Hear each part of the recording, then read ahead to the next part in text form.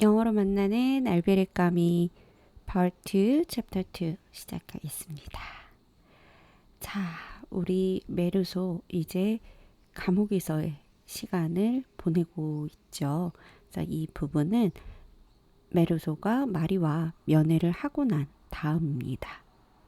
Shortly after that, 마리가 면회 다녀간 시간과 그리 오래 지나지 않아서 shortly after was when she wrote to me. 자, 얼마 지나지 않은 뒤였다. 뭐냐면 그녀가 나한테 편지를 보냈을 때는 And the things I've never liked talking about began. 이에요.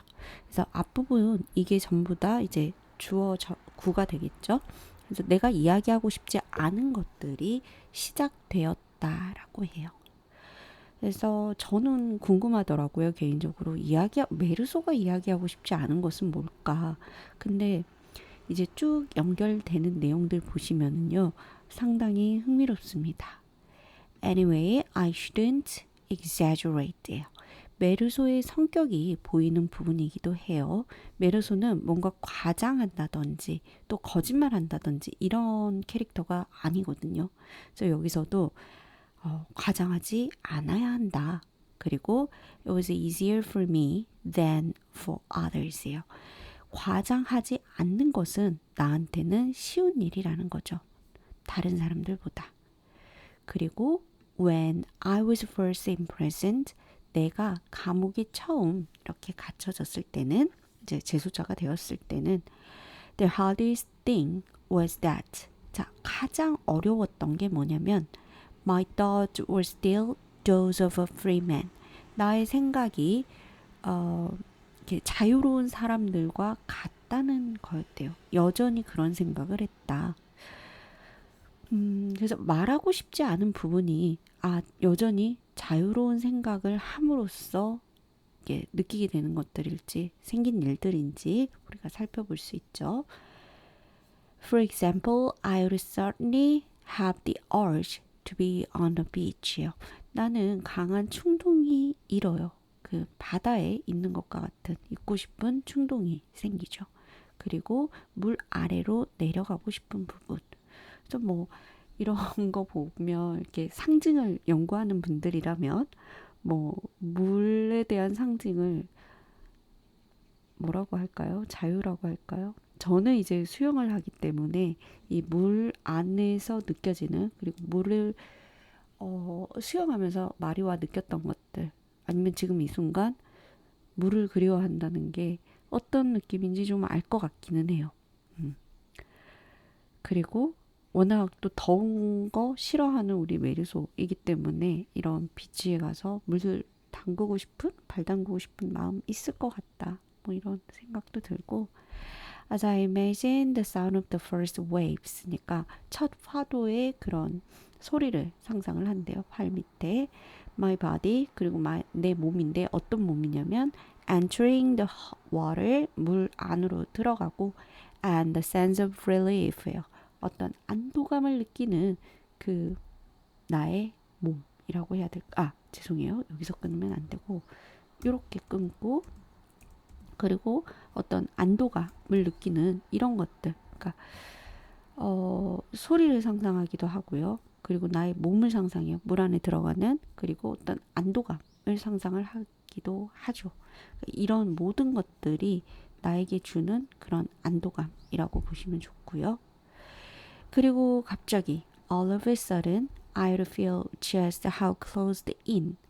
자, 요런 기분 좋은 상상을 하고 있는데 갑자기 how closed in, 얼마나 가깝게 내가 있는지. 그래서 여기 in이라는 단어 자체에서 이미 느껴지죠. 그 myself, 그 방에서 방의 벽들이 얼마나 가깝게 있는지를 느낀대요. 머리의 상상은 바다에 들어가는 느낌이라면 갑자기 이 순간 현실을 자각했을 때의 느낌. 메르소가 돼서 상상해보면 참 싸늘합니다.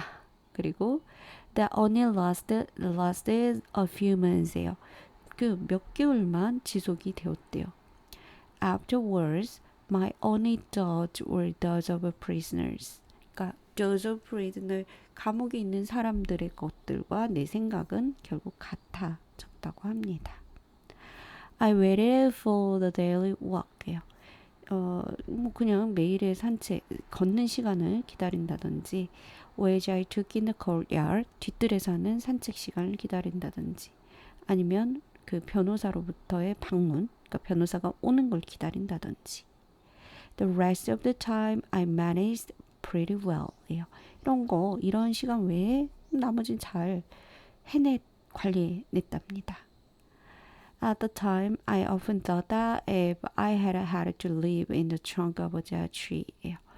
이제 메르소가 참 재밌는 상상을 해요. 죽은 나무의 그 트렁크, 줄기에서 살고 있다는 생각. With nothing to do, 아무것도 할 게 없고, but look up at the sky, 하늘을 올려다보는 상상인데, flowering overhead예요. 머리 위쪽에 이제 와, 저는 이 표현 보면서 너무 아름답더라고요. 그러니까 머리 위에 활짝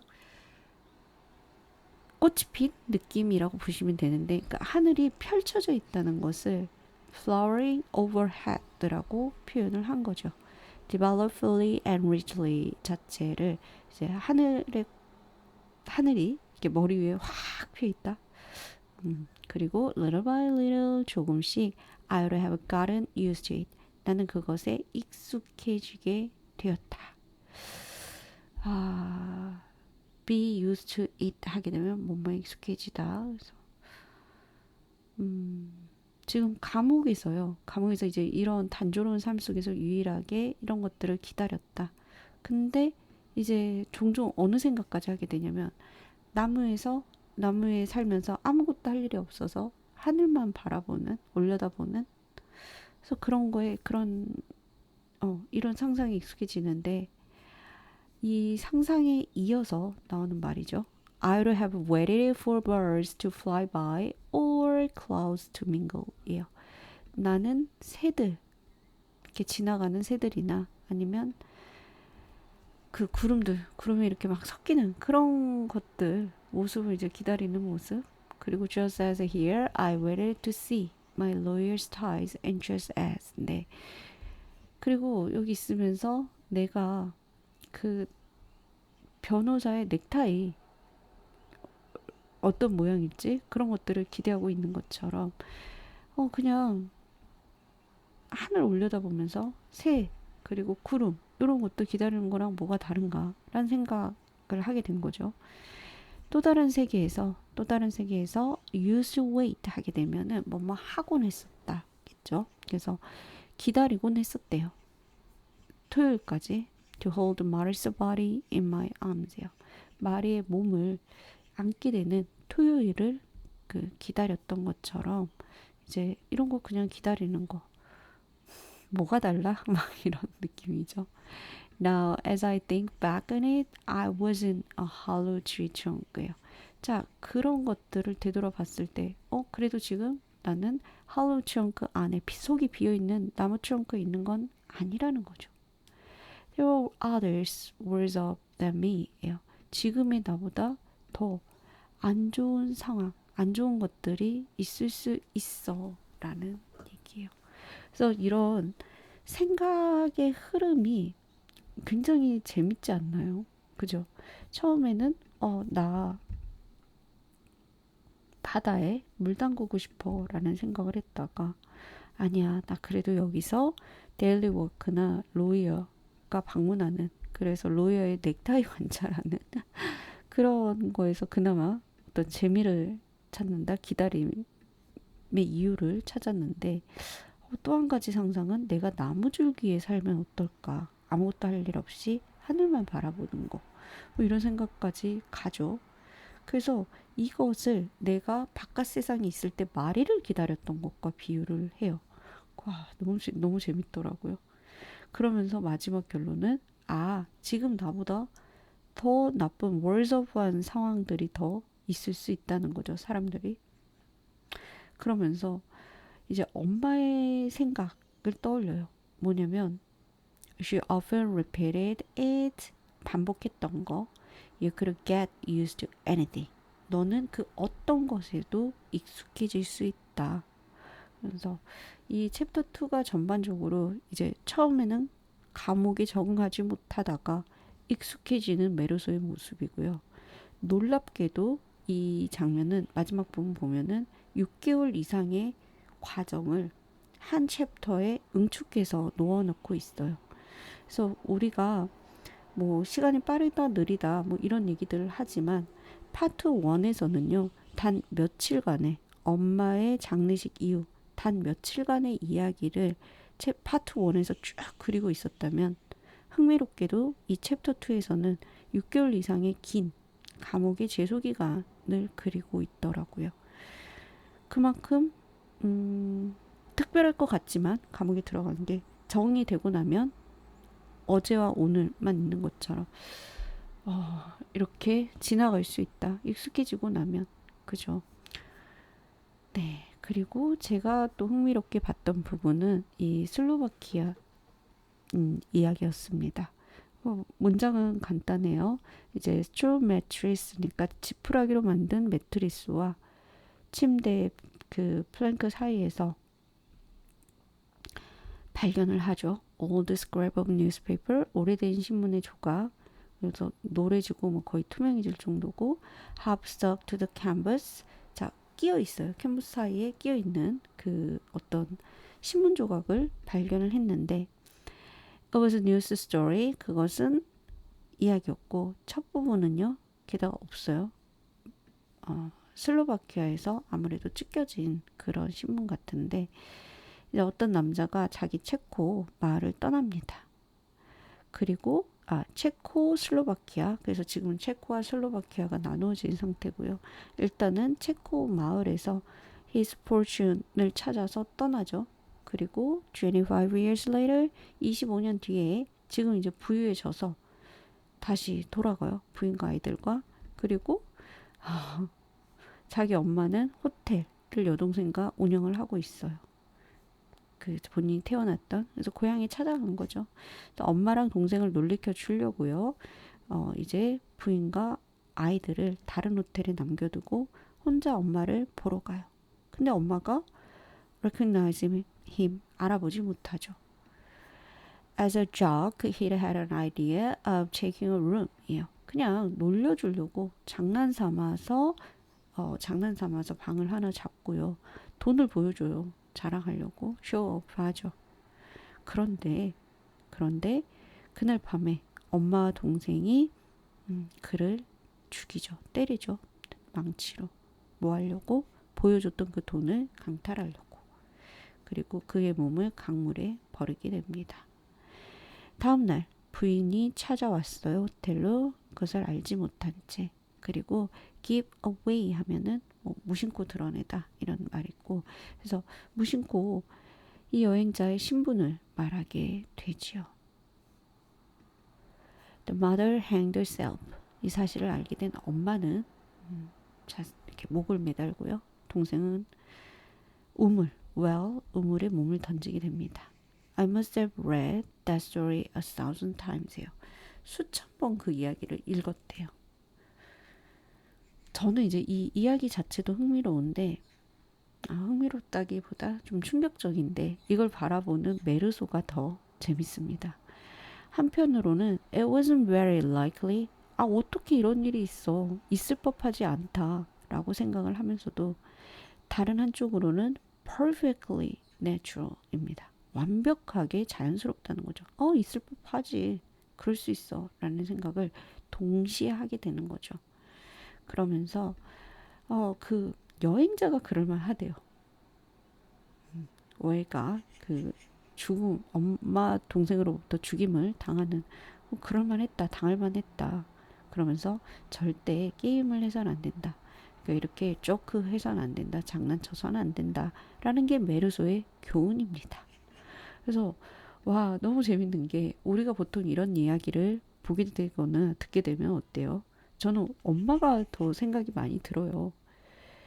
돈을 뺏으려고 그 남자를 죽였기 때문에 그게 나중에 본인의 아들이라는 것을 알게 됐을 때의 충격, 슬픔, 그리고 자살할 수밖에 없는 그런 이유라서 나쁜 짓을 하면 벌을 받는다라는 생각을 할 법도 한데, 우리 메르소는 여행자가 장난치면 안 됐었지 라는 결론을 내요.